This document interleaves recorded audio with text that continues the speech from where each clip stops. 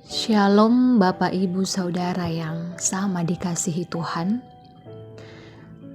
Kita senantiasa bersyukur kepadanya, meyakini setiap pertolongan penyertaan-Nya dalam kehidupan kita umat-Nya. Kita boleh kembali berjumpa dalam renungan harian Senin 7 November 2022. Sebelum itu, mari bersama kita berdoa. Sungguh ajaib benar anugerah yang Engkau nyatakan dalam kehidupan kami umat-Mu. Kami senantiasa bersyukur, kami boleh meyakini tuntunan dan pemeliharaan-Mu dalam kehidupan kami. Kami boleh bersama kembali merenungkan firman-Mu yang akan memberikan kekuatan bagi kami, akan memperteguh iman kami, menuntun kami menjalani sepanjang kehidupan kami, terkhususkan dalam satu hari ini. Tolonglah kami Tuhan, agar kami boleh memahami firman ini dengan baik, dan kami pun boleh memberlakukannya dalam menjalani kehidupan kami. Ampunilah segala dosa kami, di dalam nama Yesus Kristus, itulah Tuhan dan Juru Selamat kami. Amin. Mari bersama kita membuka Alkitab dari Kitab Kisah Para Rasul pasal 9 ayat 19b sampai ayatnya yang ke-31.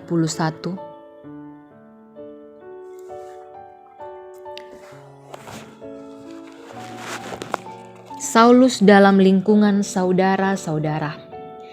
Saulus tinggal beberapa hari bersama-sama dengan murid-murid di Damsyik. Ketika itu juga ia memberitakan Yesus di rumah-rumah ibadat dan mengatakan bahwa Yesus adalah anak Allah. Semua orang yang mendengar hal itu heran dan berkata, "Bukankah dia ini yang di Yerusalem mau membinasakan barang siapa yang memanggil nama Yesus ini? Dan bukankah ia datang ke sini dengan maksud untuk menangkap dan membawa mereka ke hadapan imam-imam kepala?" Akan tetapi Saulus semakin besar pengaruhnya dan ia membingungkan orang-orang Yahudi yang tinggal di Damsyik karena ia membuktikan bahwa Yesus adalah Mesias. Beberapa hari kemudian orang Yahudi merundingkan suatu rencana untuk membunuh Saulus. Tetapi maksud jahat itu diketahui oleh Saulus.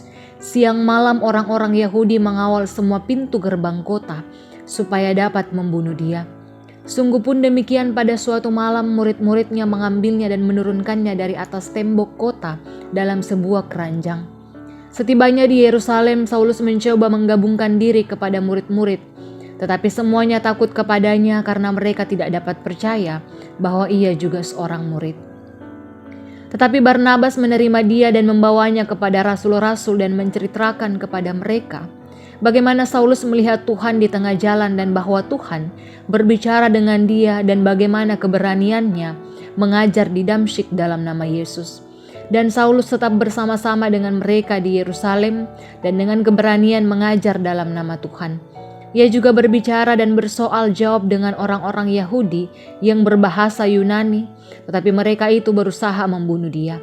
Akan tetapi setelah hal itu diketahui oleh saudara-saudara anggota jemaat, mereka membawa dia ke Kaisarea dan dari situ membantu dia ke Tarsus. Selama beberapa waktu jemaat di seluruh Yudea, Galilea dan Samaria berada dalam keadaan damai. Jemaat itu dibangun dan hidup dalam takut akan Tuhan. Jumlahnya makin bertambah besar oleh pertolongan dan penghiburan Roh Kudus. Amin.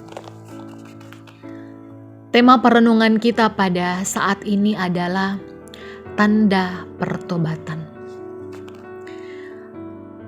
Pertobatan Saulus yang telah kita baca bersama masih membuat pengikut Kristus tidak percaya, bahkan masih ada yang takut kepada Saulus. Namun tanda-tanda pertobatan Saulus dibuktikan oleh penulis Kisah Para Rasul melalui dua hal.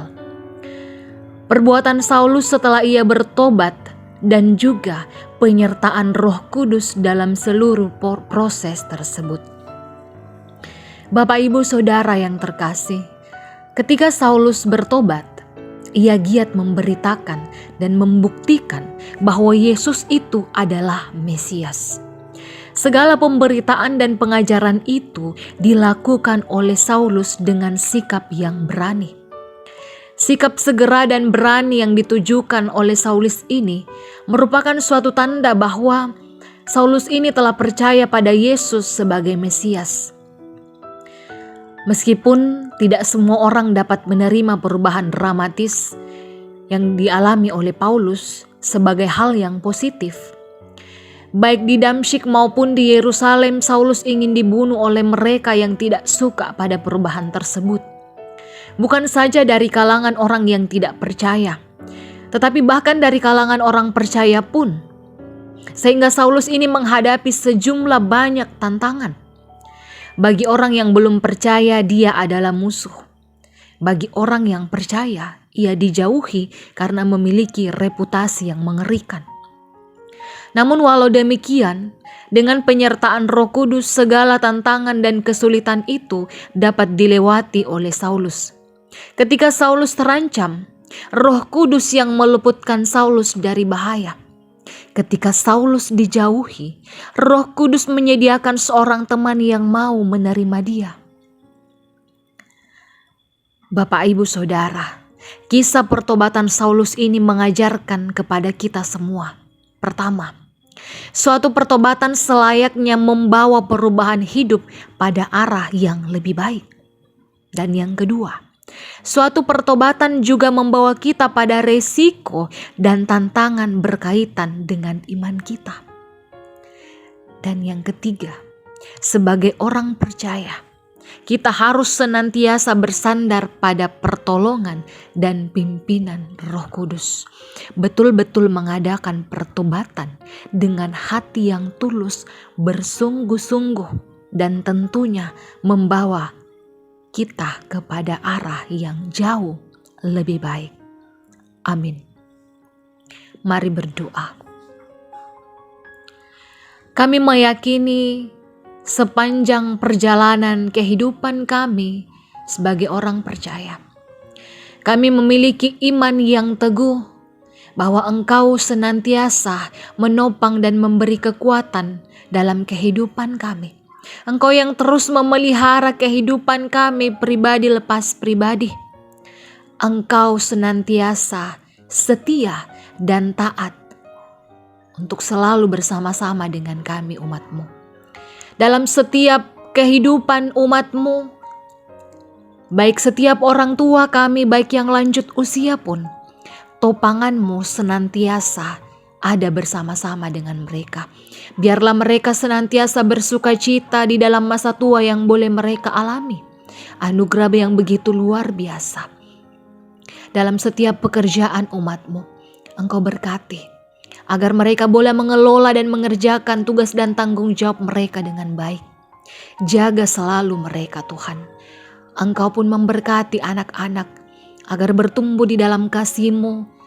Engkau menganugerahkan ketekunan untuk menjalani dan menyelesaikan pendidikan dengan baik, dan tentunya boleh menjalani masa muda sesuai dan seturut dengan kehendak-Mu. Hiburkan dan kuatkan kami yang berduka cita, kehilangan orang yang kami kasihi, membawa kesedihan yang begitu mendalam. Engkau yang menguatkan kami, Engkau yang memulihkan kami ketika kami mengalami sakit penyakit, Tuhan. Engkau pun ada bersama dengan kami dalam setiap pergumulan hidup kami dan ikut campur tangan dalam setiap rencana hidup kami. Pergumulan kami, Tuhan, semuanya kehidupan umat-Mu kami serahkan ke dalam tangan pengasihan-Mu. Engkau pun memberkati bangsa dan negara ini agar boleh senantiasa dipimpin oleh para pemimpin yang berhikmat dan bijaksana, agar bangsa dan negara ini boleh senantiasa mengalami damai sejahtera. Engkau pun memberkati kami yang boleh mengalami pertambahan usia dan berkat-berkat dalam bentuk apapun, Tuhan, yang Engkau nyatakan dalam kehidupan kami. Allah Bapa dalam kerajaan surga, berkatilah seluruh kehidupan umat-Mu, terkhususkan dalam sepanjang satu hari ini, dalam setiap aktivitas kami. Ampunilah segala dosa kami, Tuhan. Biarlah kehendak-Mu lah yang terjadi dalam kehidupan kami. Ini ungkapan syukur dan permohonan kami, yang kami bawa dalam nama anak-Mu Yesus Kristus. Itulah Tuhan dan Juru Selamat kami. Kami berdoa. Amin. Demikianlah renungan kita pada hari ini. Mari kita fokus menjalani setiap kegiatan aktivitas pekerjaan kita di hari ini, senantiasa berserah kepada Tuhan yang akan senantiasa menolong kita. Salam sehat dan Tuhan Yesus memberkati kita semua.